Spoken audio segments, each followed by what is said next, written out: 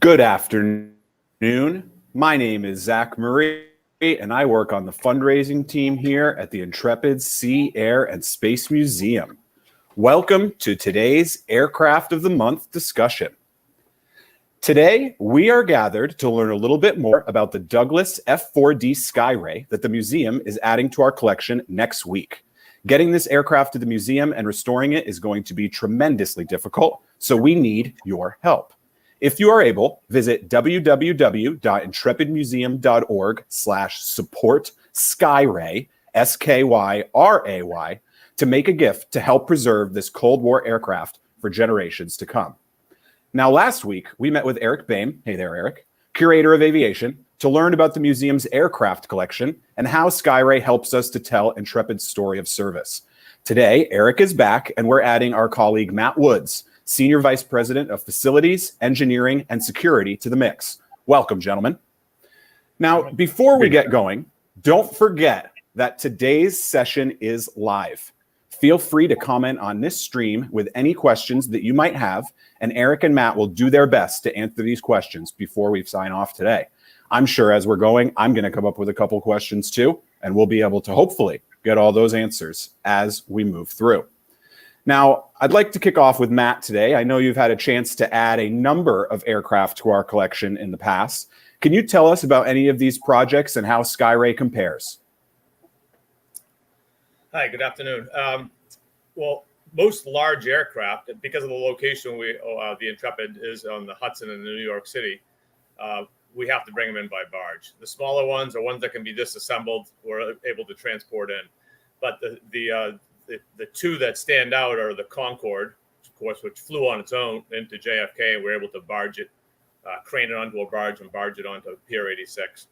And we moved that several times.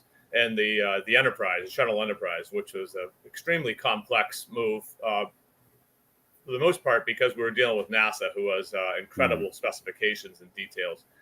But for all intents and purposes, it's the same type of move as Skyray. And in some ways, Skyray is a little bit more challenging because it's 170-mile tow that we have to do, barge, and we have to transport it over the roadway about 20 to 25 miles through Hartford, through the city streets of Hartford to get it here. Yeah, so, as you're mentioning, there's a lot of different moving parts, I guess, for lack of a better pun. We have to be negotiating with different partners. As we spoke with Eric last week, we're going to be, working with the Navy or up in Windsor Falls with the museum where Skyray currently lives. Of course, too, how to actually barge and crane these aircraft up onto the ship, right? We're talking Weeks Marine, we're talking with Bay Crane. They've been pretty key players in the past, and I would imagine just as they helped with getting Enterprise up onto the ship or working with Concorde, we're going to be doing something similar with that with Skyray, correct? Absolutely, multiple sessions with these guys, and they're the best at what they do. And I've been working with them for 16, 17 years. The Bay Crane does all sorts of aircraft lifts, not just for us, but the folks at JFK.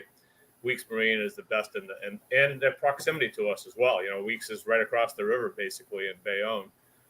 They have a wide assortment of barges to meet any type of need we have, and the technical expertise to do it. And I know I can call them up and say, hey, Jason, can we get up the river, up into Hartford on the Connecticut River? And, they'll put a team right on it, and they get back to me within 24 hours and say, yeah, we can land at this particular spot. So. Yeah, as we were just kind of speaking to before going live, I think part of the sort of negotiating all these different logistics, right? Like you were just commenting that there were a couple changes that may be having to help with the route. So you always need to be mindful of what sort of new sort of information might you be receiving, and then also sharing that with all these partners and making sure everyone's collaborating just as you're speaking to.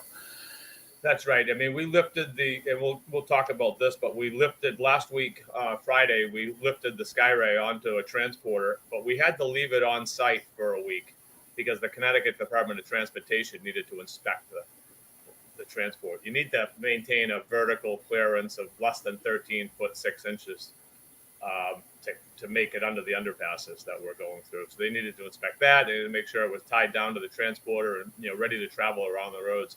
But after that inspection, they came back and said, we don't want you to move this thing in the morning. We want you to move it in early morning, 300, which kind of changes all of our logistics. My response was, I'd rather do it in daylight, maybe 5 o'clock in the morning, but they wanted it at 3. They wanted it off the roads before even a Sunday morning because it's an ultra wide load. It's still 25 and a half feet wingspan. So you're going to be taking up 2 lanes of a highway. Wow. Right? With police following you and leading you. So now I have to reach out to the tugboat. I'm doing it as we speak, reaching out to the tugboat companies. What time are you going to have the barge on station? What does that make it? What does that do to our final times of arrival? So we're working through those. We're still working through those now, even though we've had kind of formalized the plan, 2 weeks, 3 weeks ago. So. Right. And I mean, we're going to be looking at Skyray arriving here next Tuesday. So we're in the home stretch. We're less than a week out. And to your point, things continuing to evolving and continue to be changing. Now, both of you were out there this past week, correct? Matt, you gave us a little bit of a sense of kind of getting it up and then onto the truck and then having to sit. Eric, what were you seeing as the crew was working, and how was Skyray looking as you got out there? Well, it's a great team effort, and Matt hit the nail right on the head. And we're talking about our vendors, the folks like Weeks and Bay. They're the experts at this, and it kind of gives you a good sense of well-being when you hire the right people. And we've worked with them so much over the years that you have this level of trust, and that there's no challenge too big or too small that they can't solve. And even these last minute things, and we're not done. There's going to be something. You plan, but there's always going to be something that might pop up, and you kind of need to troubleshoot it in the moment. And but it's just a bit of confidence that you have. So Matt really picked the right team years ago when we worked with them for these different moves, and still using them. I mean, the challenges we've had in the past, remember the Concorde moves, Matt? We had in 2005, or 2006, we had to take the Concorde away from Intrepid and bring it to Brooklyn. And then in 2008, we brought it back. And wow, the logistics of that whole thing and the overland move. And it was just like, it was so nerve wracking. But when it was all done, it's like, boy, those guys really knew what they were doing. So it was. Well, it's like, you're constantly trying to think of every single possible thing you can think of. Right. And so in the beauty of Bay Crane, I have a really great relationship with one of the owners, and we'll literally be texting each other at 3 o'clock in the morning, like last minute. Did we think of this? What are we going to need for tools? What other things do we need to worry about? And we'll just be going back and forth with this thing throughout. And I actually have a few things I need to text you about after this call, Eric, because some things I'm thinking about when we landed on the flight deck. Our team's going to take it over at that point, and I think the tires need air, and we need to put the rear support strut and back in place. Yeah. I have it in the back of the pickup truck now. I'll deliver that to you when we bring it to the flight deck. Yeah, well, when we get to the ship, there's a whole new set of problems because we have events coming up. And the events people are like, hey, where are you going to park that when it arrives? Well, we're going to park it here. Like, we can't do it there because we have movie night. Well, we'll park it here. Well, so there is some logistics once we, Tuesday's not the end of the story for me. Tuesday's the beginning of the story for me. So, that's right. It's the end of the story for me. It's the beginning of the story for you. Matt, you made to get a new airplane. It's just that's why we're here. Definitely. I just wanted to touch on a point Matt made in terms of, once it kind of gets to the museum, it's ours. What is that sort of, is it almost in purgatory right now? Like, in terms of who's sort of responsible for it? I mean, it's leaving Windsor Falls. It's ours now. Okay. Yeah, we had to do Eric can speak to this, but the loan agreement with the Navy was turned over to us. Right. So we had to make that effective before, Peter had to go up there and do some modifications in order to make the lift, like weeks before we made the lift last week. So he wasn't able to put a wrench or a screwdriver to the airplane until it was ours. So that had to be transferred. There was a lot of there's insurance, there's all sorts of paperwork had to go back and forth and get it finalized. And it's ours, and it's not on our property, which added another level of complexity. So everybody has to kind of be in agreement. And it wasn't overwhelming. It's just you just got to settle the paperwork and who's responsible for what and who's in charge, and it all worked out. So, and everything is just kind of falling into place. And just like this move from, not doing it at 5 a.m. and moving it to 3 a.m., it just means we got to get up earlier. But it's not surprising that these little changes happen. Now the Connecticut Department of Transportation says 1 a.m., I'm going to be a little more upset. Yeah, it makes sense from their perspective. Certainly wanted to get it, off the roads. But like you say, with being a week out and having to change all the plans and get things rearranged, it certainly is a moving target, I guess, as they say. Now, I do want to pull up a couple of the images from when you guys were out there last week, if we can. So hopefully, perfect, excellent. Tell us a little bit about what we're looking at here. Maybe if you guys could maybe give me a little bit of an understanding, what are the vehicles, et cetera. Well, this is an Overland Transporter that Bay Crane's a remarkable piece of equipment. Those rear 3 axles, all those wheels turn independently. It can also be lowered down hydraulically to get under clearances. You'll see the nose up like that. We had to block it up because that tail, as I told you before, we had to keep that around 13 feet 6 inches to clear a couple of the bridges. Now that's given us some wiggle room, but I'd rather be 6 inches clear than couple inches. So it took us a little bit of time. And there's also on the back, there's all sorts of hydraulics, but in order to get the nose up that far, you didn't want to, damage the tail. It's actually, there's some blocking you don't see here, about maybe 6 inches below the top of the trailer in the back of the last wheel that has blocking up to the tail hook. That was some structural element that we could actually keep it blocked and then chain hoist in. But it's also on tires right now, so it's inflated. We kept there's clamps that keep the landing gear down because the hydraulics aren't. There's no hydraulic fluid in there anymore. So, and Eric does this with probably the majority of the aircraft we have on site. Yeah. I wanted to keep those in place. I don't have to deal with putting them up. Removing them and putting them back on when we put it onto the flight deck or onto the barge. So this is it. Right after we loaded it on, put the crane away, and then broke for lunch because it was about 95 degrees and 90% humidity. We were all dying. And then the next phase of this was after lunch, we transported it out. It's a short distance around to the corner of that blue building, out through a fence that we had to disassemble and then reassemble. Once you see it right there. So I had to keep it out on the lawn there because the museum's starting to get busy and they wanted to keep their parking area free and secure. But it's a great spot. It's right behind the airport, and it's pretty secure. The state police barracks there, and there's firefighting, and there's constant patrols of the area. Good. So we'll just literally pull up at 3 a.m. Next Sunday and hook onto this trailer and start the tow. Eric, what were your sort of thoughts? How was everything going from your perspective? Was there any sort of changes? You're speaking to some of what Peter had to be able to get set up to actually allow this to take place. How did things go? I mean, we know this team is amazing, and as Matt's describing to us, they've got all the logistics squared away. But anything running through your head as you're sort of watching, or is it just excitement to get it here finally up onto the ship?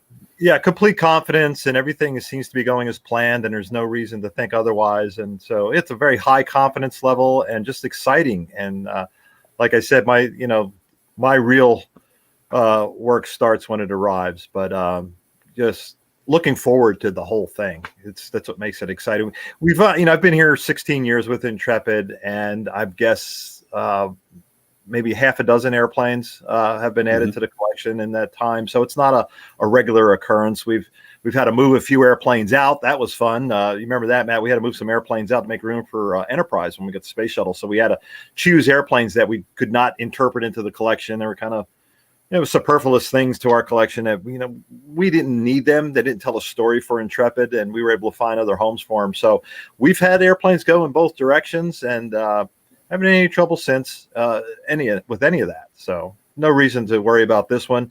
Just there's a plan made, follow the plan, troubleshoot that you need, and everything should go real well. Yeah, I mean, we went up 3 weeks or a month in advance. Eric was up there as well, and to do the prep work that you speak of. And you never know what you're going to encounter, right? This aircraft's been sitting out behind this museum for 40 years, so you allow enough time so for the unforeseen, and everything went perfectly. I mean, Eric and I physically lifted those wings up. There's no hydraulics, and Peter was ratcheting them as we were underneath the wing. Yeah. Hurry up, Peter. Yeah.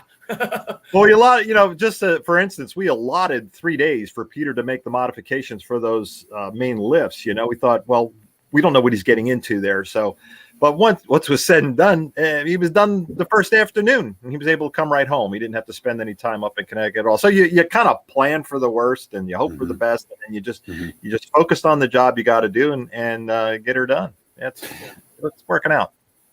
Yeah, and I mean, the biggest thing that's from this conversation that, kind of sticks out to me is that the experience that you guys have under your belt of doing this thing. I mean, it's a lot different. Or if I was tasked with trying to figure out how to do this and having it be my first move and my first sort of even foray into the world, right? I mean, you guys have done this before, and so for lack of a better, it's make the plan and like you said, Eric, just go right ahead and execute it. And call the right partners in, and so exactly. I mean, a lot of people will just hire a logistics company to come in and handle the whole thing, but we like to manage it all ourselves. We know all the key players in the industry that are doing this, so it's just a matter of putting everybody together and making up the plan. Right. And also, too, I mean, you can have the plan fit for how it's going to work best for us and for the museum to that end as well. So, yeah. So Matt, you mentioned Sunday. Can you briefly take us through our next phase as we, we'll be live again next Tuesday as the craning is actually going to occur. So talk to us a little bit about what we're looking at here between now and Monday and Tuesday. Well, roughly, because I've just sent an email out to the barge captain when they're going to arrive on station. Some of it's budgetary as well, too. I don't want that barge to be sitting there in the river for more than a tugboat for more than 4 hours. That's what they allot. So I and they have to allot for the 30 hours it takes to get up the river and get on station. So a little bit critical with the timing. But basically, we're going to hook up to that transporter, and it's going to travel overland roughly 21 miles. Downtown Hartford, and it's a pretty straightforward route. It's like around the backside of the airport, Route 20 to Route 91 south. Get off at Hartford exit, take a left, and you're at the park. But there always has to be some little minor complication, like the bridge that we're going under is under construction, but it's largely done. So we have to coordinate with that construction company to make sure that the low part, the area where we have the most vertical clearance, is that we'll be able to get through that spot. If not, they're going to have to go around through Hartford and do a back route through downtown Hartford. But we're 99.9% sure we'll be doing that route. And then when you get into this, the area where we're going to be lifting, and the name of the park escapes me at the moment. But anyways, it's kind of like a sinusoidal little path down from maybe an elevation of a couple hundred feet down to get down to this park. So we have an electrical contractor following us because there's a couple of light poles, because this trailer is 50 something feet long to make it around these turns. We think we've got 100% clearance, but we might have to pull down a couple of light poles and then put them back up afterwards to get it through this park. It's like nothing is without some level of complication, right? Nope. Once we get down there, of course, it looks on Google Earth. When I first spotted this park, it looks perfect. There's marine fendering. There's really close parking area where you can crane. Of course, that area is closed off now because the marine fendering is in poor condition. So I had to call Weeks Marine and say, I think we need a spud barge because you're going to be able to keep that barge stationary, right, in the river. So they'll come up with the spud barge. They'll drop spuds, and we'll get maybe within 15, 20 feet to the edge of this parking platform. And you think, well, it's only 15, 20 feet, but it's 15, 20 feet to the edge of the barge, to the edge of the parking lot.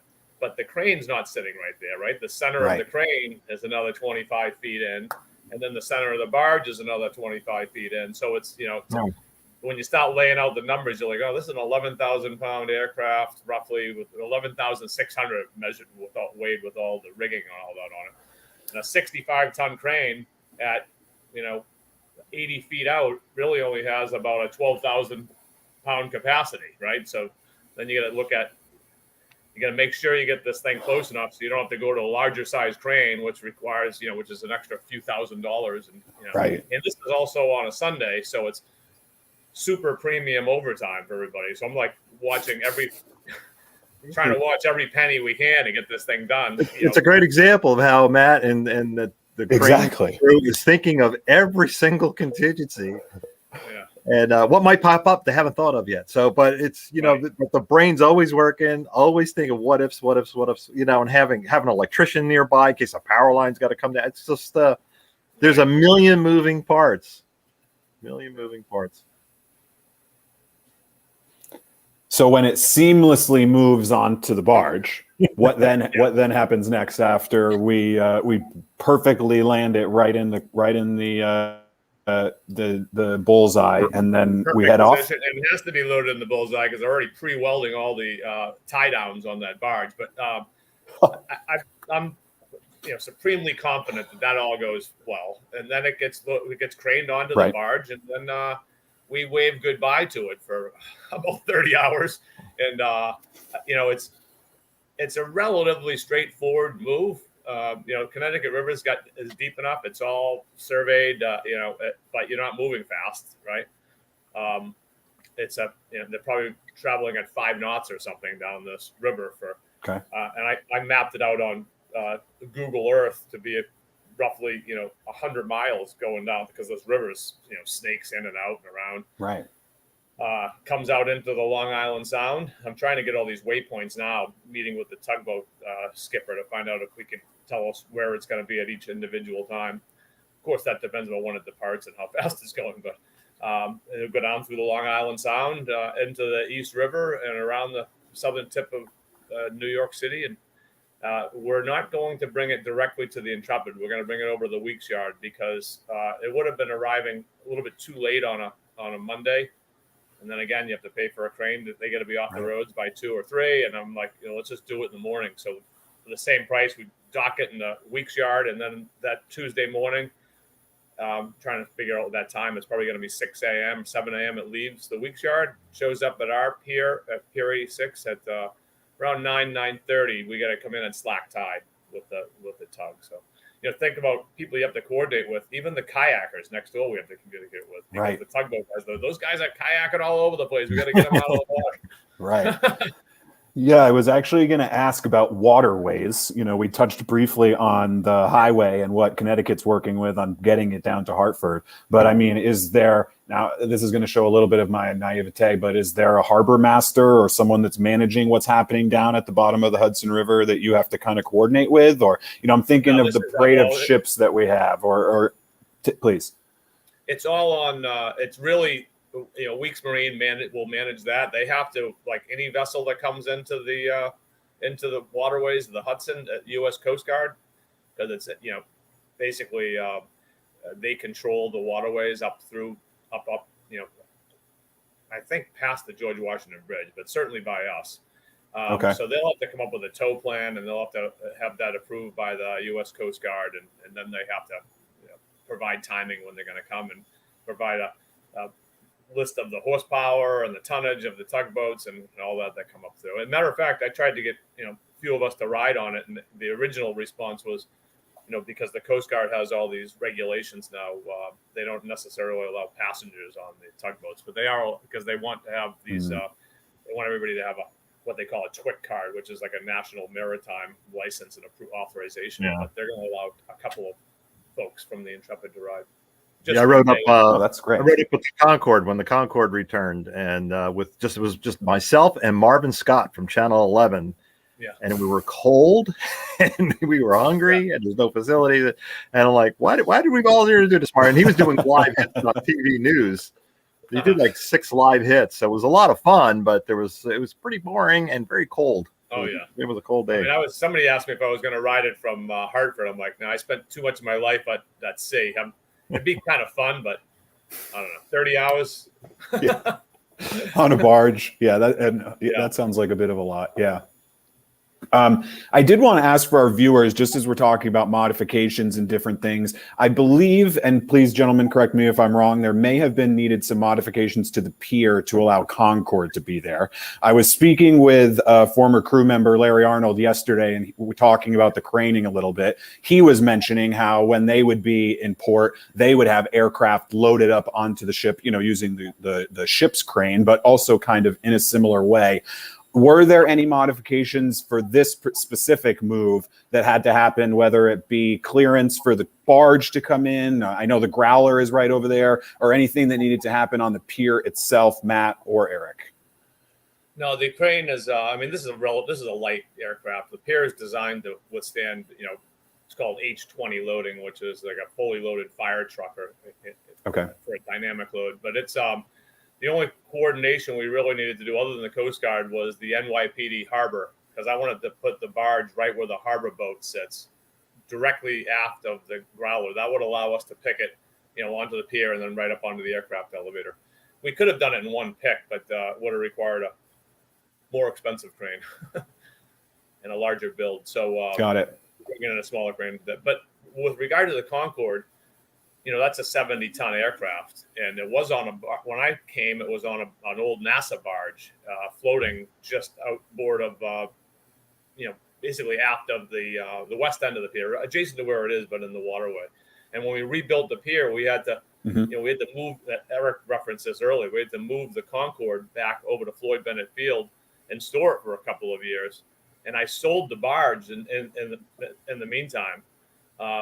So the intent was to put it on Pier 86, but we did have to structurally support underneath the landing gear with a higher capacity edge beams and precast planks that you see. You can see them elevated out above the pier surface out there now. So yeah. The modifications and the changes, it's just, as you speak to, the challenges are always specific and pertinent to the type of aircraft or the type, I'm sure with the shuttle. And maybe as this just pops into my head, I'm going to ask, were there any modifications that had to be made to the ship to be able to actually support the weight of the shuttle being back there? I know with those mounts within the landing gear. These World War II aircraft carriers were built pretty robust, but and where the shuttle sits is where aircraft used to land, right? So it was built, but we had done some modifications over the end of the ship. We built the Michael Tyler Fisher Center in 2004. Right underneath, one deck below the aft landing gear of the shuttle is the glass wall that separates the Michael Tyler Fisher Center. So above that, we had to structurally support that ship's frame. Every 2 feet, we put stiffeners in along this. And wow. I used a company back then, AMSEC Engineering, that was their marine engineering firm, structural design that they went through. And then we had to weld in all sorts of stiffeners. We had to do it again a couple of years later when we added the support jacks. So, there's always something you got to look at with that. Exactly. Eric, while the Skyray is down in Bayonne, and that waiting period before we bring it in on Tuesday, will your team be visiting it to check on how it went on the barge? Is there anything that you guys need to be doing on board the ship, or is it just wait for the day itself? Yeah, we're just like expecting parents now. It's just waiting for it to arrive. So we're not going to go into Bayonne to check it. They'll let us know if there's any issues, I'm sure, But we just we want to be on the ship when it arrives, just like everybody else, and we'll have some, the lucky visitors that are unsuspecting, might just be coming to visit the ship that day are going to have a lot of fun seeing a new airplane arrive. So it'd be kind of special for them too. And And hopefully the TV news crews will show up. A couple of TV news helicopters will go zipping by and get some good shots of it. We'll see ourselves on the evening news, hopefully. Nothing wrong with that, and get to be part of incredible experience watching another aircraft being added up.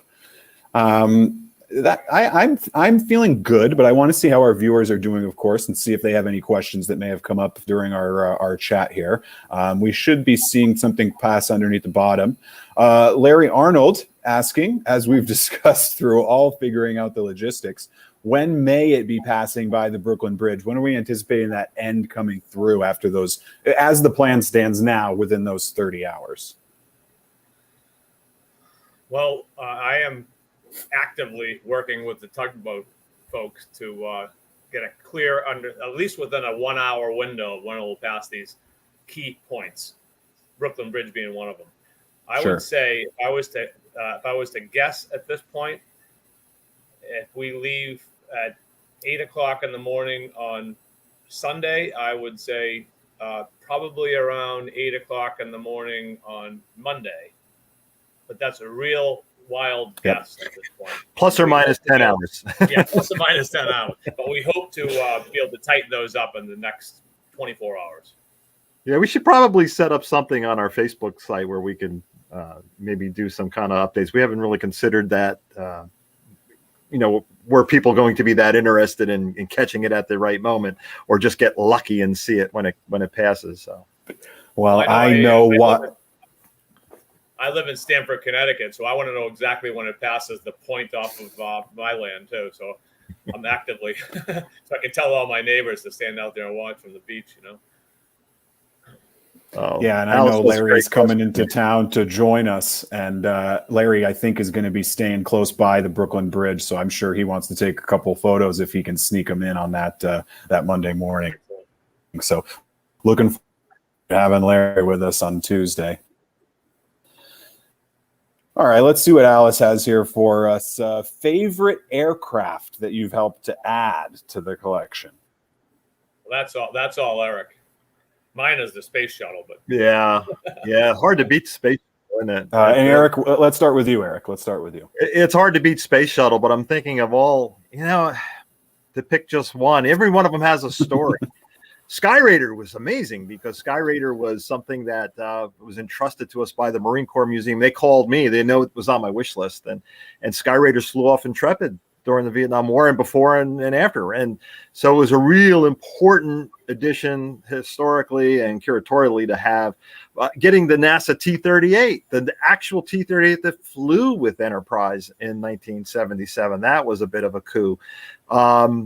The Hup helicopter, I can go on and on and on. Every one of them's got a different story. So there's no favorite, but they're all at the same level, just different. Getting the Hup was great because the Hup was something I found in a junkyard and paid the junkyard essentially the price of scrap aluminum because he was selling it as scrap aluminum, and so I paid market dollar. And I haven't actually argued a little bit and get the weight of the engine subtracted from him. But for a few $100s, and it was scrap. We had to make it pretty. But the short answer is all of them. Eric, didn't you find an aircraft in like a playground or something? Is it like a or something? There's another story there. Yeah, Wall Township, New Jersey, down by the Jersey Shore. That's where our Cougar came from. It sat a few decades in a park where kids played with it. And when we rolled that out, we rebuilt it. It took a couple of years to get that thing back together. And I made a lot of connections with the folks in Wall Township. I met a lot of the kids. Now, when I say kids, we're talking about people that are in their 60s now, like me. What they played on this thing in the 1970s, early 70s, and I had stories like, hey, my mom wouldn't let me go play on the jet until I ate my green beans, or my mom wouldn't let me go play on the jet until I finished my homework. And so those people were just adding photographs of their childhood to the story. And then when we rolled it out in 2011, was Memorial Day 2011, we rolled it out. 40 people from Wall Township, New Jersey, rented a bus and they drove up to Manhattan, and we had a great time with them, and they were reunited with this airplane from their childhood. And thanks for bringing that up, man. That was a great story. Like I said, every one of them's got a story. I could be here all day. Yeah, right. I'm sure everyone was thrilled to see the Cougar being safely forever homed on board Intrepid, as opposed to And as a matter of fact, in a park. Got some Cougar is right good now. love. Cougar right now is in our aircraft restoration hangar being painted once again. So we rolled it out in 2011, and sitting outside for the last 10 years has taken its toll on the paint job. We did a good job arresting corrosion, and we spray corrosion inhibitor in all our aircraft, and that's done a great job. So it's just that external paint is getting a little worn being out in the sunshine and weather all the time, and it is in the ARH right now. It's been stripped and primed, and Peter is starting to put color on it. And when that's done, Skyray will go in. So within another month and a half, Skyray will then be inside the ARH. And that's for visitors who come who don't know, the whole side of that building is glass. So when you're visiting a museum and walking on the flight deck, you'll be able to look inside. And in the summer, Peter puts the door up anyway, so you can actually call him over to the door and ask questions. So looking forward to getting Skyray pretty again. Definitely. Let's get it safely onto the ship, and then we'll move into, as you said, Eric, your story begins. Yeah. Well, gentlemen, I just want to say thank you so much for sharing a little bit of your time and your expertise today. It's been just mind-blowing to hear about all the different logistics and all the different elements that need to be perfectly, expertly, crystal clear, decided on, and managed in order to move an aircraft from Connecticut all the way to us on the Hudson River. Now, as I mentioned at the top, we need your help, our viewers at home, to make all of this possible. We are trying to raise $46,000 to support the restoration of Skyray. As Eric and Matt mentioned today, it's been sitting outside in the fields for decades, so there's definitely some attention and some maintenance and some restoration that will make Skyray a beautiful element and part of our collection for years to come. As I said, visit intrepidmuseum.org/support Skyray to make a gift now and support Eric's team.